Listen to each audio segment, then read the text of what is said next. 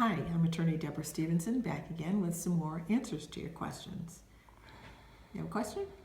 Yes. Do I have to file the notice of intent to meet the requirement for equivalent instruction? Well, I think someone has misinformed you because there is no such thing in Connecticut law as a homeschooler needing to meet an equivalent instruction and requirement of any kind. There is in Connecticut General Statute 10-184 reference to equivalent instruction.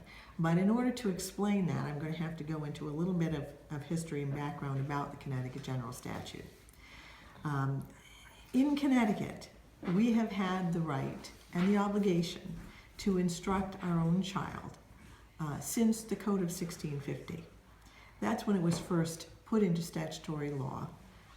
That we have always had this right to instruct our child, but now in 1650 in Ludlow's Code, it was codified that yes, parents shall bring up their child in some lawful employment and instruct them. So that first sentence of that statute has been in effect in one form or another since the Code of 1650. Your right and obligation to instruct your child has been there since that time. So it was not qualified. What that first sentence says is, bring up your child in some lawful employment, instruct your child in these subjects that are listed, period. It is left up to the parent exactly how, when, and where, and with what materials to instruct your child. It is left up to the parent to undertake that. It is not indicated that you need to ask anyone for permission, and it is not indicated that you must meet any type of requirement for instructing your child. That first sentence is what is known as the compulsory education portion of the statute. Again, that is left up to the parent. You have the freedom to do that. Now, again, that language in effect in one form or another since the Code of 1650. In the 1880s, that statute was amended. And a second sentence was added to it. And that second sentence, in effect, says that if you have a child, if a parent has a child who are between certain ages, right now it's 7 to 17, you then must enroll your child in a public school unless you're able to show that the child is being given equivalent instruction elsewhere. That second sentence is what's known as the compulsory attendance portion of the statute.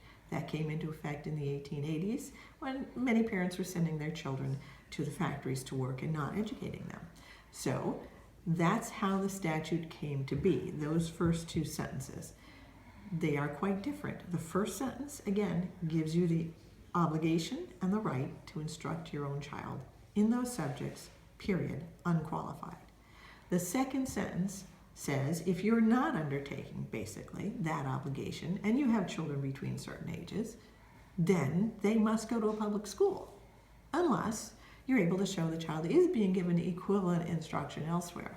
Now, if you are not undertaking your obligation to instruct your own child, as is required under the first sentence, and you have children between those ages, and you are not sending them to a public school, under those circumstances, those parents who are not undertaking their own obligation to instruct and who are not sending the child to a public school, those parents become obligated to be able to show that the child is being given equivalent instruction elsewhere.